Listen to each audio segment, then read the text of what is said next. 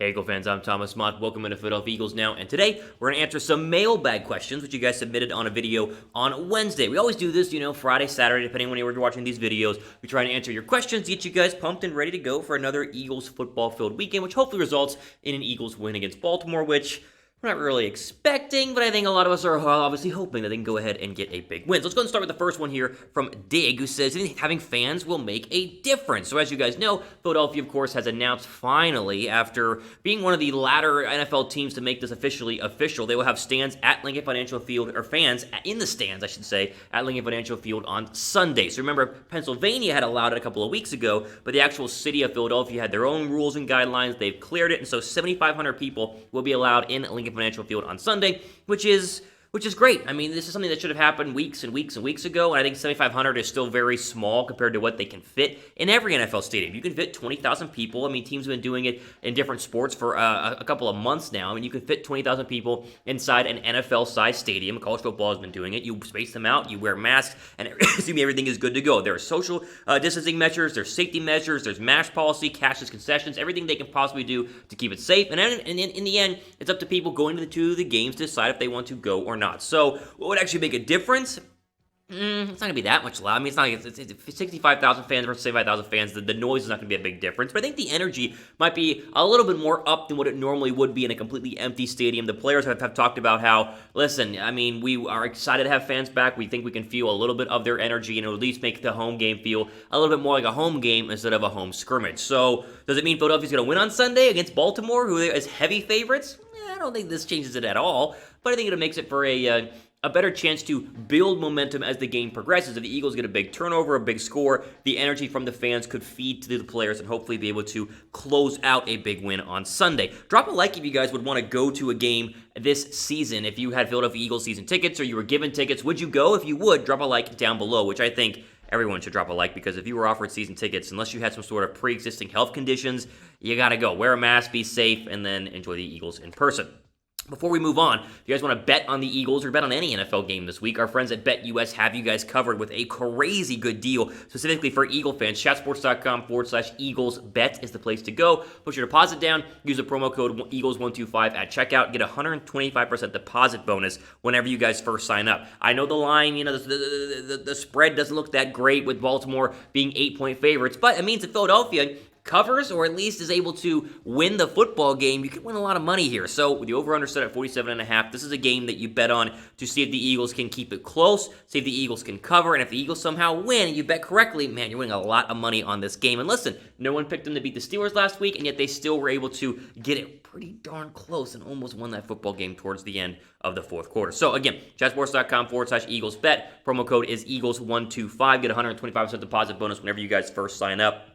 Hopefully, if you guys are betting on this game, the Eagles can win for you and win not only for the team, but win you some money as well. Ray says, if we signed Bell, Doug wouldn't run him. He'd be catching passes most likely. We're a pass-happy offense. So I decided to look into this. Are the Eagles actually a pass-happy offense? Because I would assume, but what do the numbers actually say? So here are the top 5 most pass-happy offenses right now. And you notice Philadelphia not on this list. Jacksonville, Dallas, New York, Chicago, and Houston. However, right there at number 6 is Philadelphia. They're the 6th most pass-happy offense in the NFL. 63.61% of the time, they are passing. An interesting fact here with all these teams, except for Chicago, these are all bad and losing football teams. Jacksonville does not have a positive record. Dallas, Giants, Houston, and Philadelphia. Chicago's the only positive team here that throws the ball more than they run the football. I don't think necessarily this means that Philadelphia would not run Le'Veon Bell, and I mentioned in a video on Wednesday, I'd sign him for cheap. I mean, why not? He's been terrible this year. I mean, he's been absolutely horrible this year, but he's still a good catching receiver out of the backfield. He's 69 catches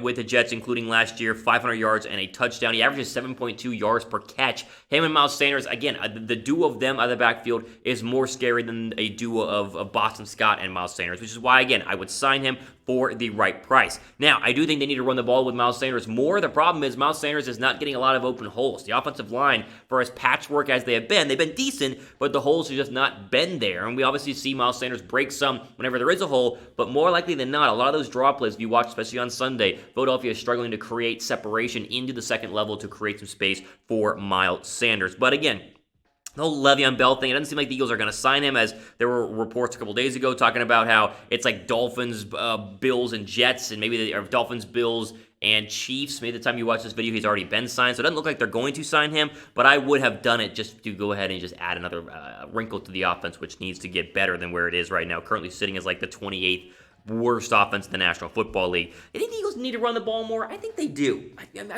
really think that running the ball more could have set up the play action pass, roll Carson Wentz. You saw a lot of this on the Sunday night matchup against the 49ers. I would like them to run the football more. They seem to have some leads and then run the ball with a lead instead of trying to run the football when they're down. You guys agree with me? Type Y down below for yes, type N down below for no.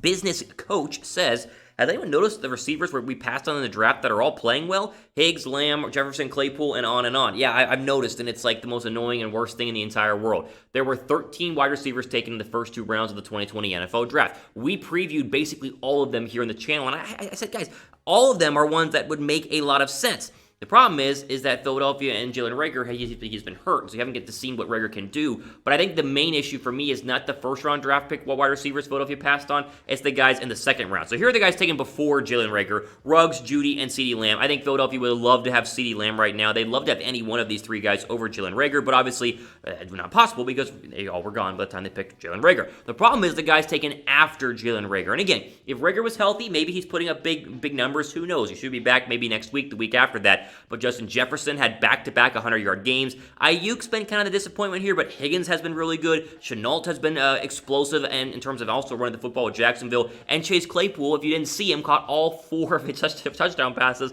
on Sunday against the Eagles. Also, not listed, Van Jefferson's been good for the Rams. Denzel Mims has been hurt. And I believe, who's the other one? There was one more of the 13 that's been good as well. A lot of the rookie wide receivers look good. And I think that the idea that Philadelphia, unable to get 2 in the first 2 rounds, or really just spending a second-round draft pick on Jalen Hurts, is my big issue here. I still like Reagor. I think he's going to be a good receiver. Just get him healthy. But yeah, I have noticed that the Eagles have done a poor job addressing the wide receiver position. Not just this draft, but many drafts in the past. Who was the best wide receiver taken after Jalen Reagor? Like, out of these guys, is it Justin Jefferson? Is it Brandon Ayuk? Is it T. Higgins? Is it Chase Claypool? Let me know what you guys think down below in the comments section. Who would you have rather have had if you had not taken, let's say, Jalen Hurts? He'd spent a second-round draft pick on a wide receiver. I'm curious what you guys think here.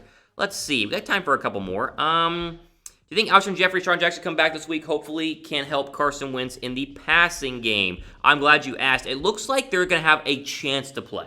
Now, if they do come back, they're going to help the passing game in a massive way. I mean, Travis Fulgham's been fantastic. Talk more about him probably either later on in this video. But at the same time, they need Jackson. They need Jeffrey back. They just need to have some good wide receivers not named J.J. Arcega-Whiteside. Here is your most recent injury update. And again, depending on when you watch this can change. Bradley, Cox, Epps, Johnson, and Slay all missed practice, but a lot of these are for things that won't affect them playing on Sunday, right? So Bradley has an illness, non-COVID related. He should be fine. Fletcher Cox had personal issues. He's going to be fine. Johnson's ankle, we talked about, probably going to play on Sunday, maybe, but unsure. And Slay has a concussion, which he's not cleared protocol yet, but will have more time and more chances to do that over the coming days and weeks. In terms of limited, Maddox potentially could come back this week with an ankle. The good news is Jackson and Jeffrey were both limited. Last week, they did not participate. So whether they're just getting closer, maybe we could return in 2 weeks, or they're actually going to play on Sunday, that will probably be more of a game time, or at least a late Saturday, early Sunday decision. So depending on, again, when you're watching this, we'll have more information. But I think at least one of them is going to play. I thought they'd play last week. They didn't. I feel like this is the week. Hopefully. I hope that they do. But obviously, we'll wait and see. Make sure you guys are subbed, by the way, for the latest injury news. We normally update you guys whether on the community page or here with an actual video whenever we get the latest injury updates. So I'm sure whenever we find out about Jackson and Jeffrey, we'll have a community link here on the channel giving you guys the update. So stay subbed and stay tuned for that.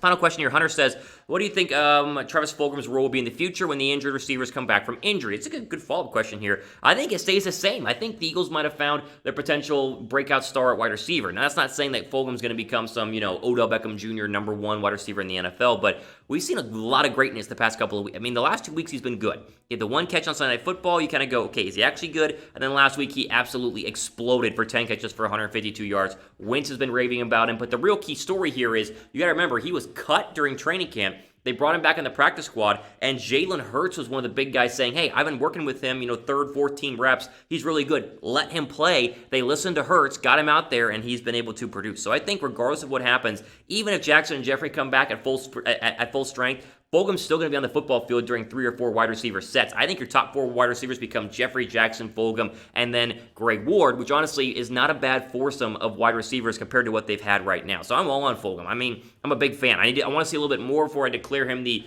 next great Eagle wide receiver, the TO of our time, but still, what we saw last week, if he can duplicate that this week, man, I'm excited. I'm very, very excited overall. There you go. Ultimately, up for today here on Philadelphia Eagles. Now, the latest Eagle mailbag questions, trying to answer you guys' questions. I think we'll do some more tomorrow. So, as always, just stay tuned. We try and get you guys multiple videos out over the weekend. So, you're just chilling, watching football. You have some updates on the Eagles as well. Again, ultimately, up for today. I'm Thomas Mott, signing off. Enjoy the rest of your day.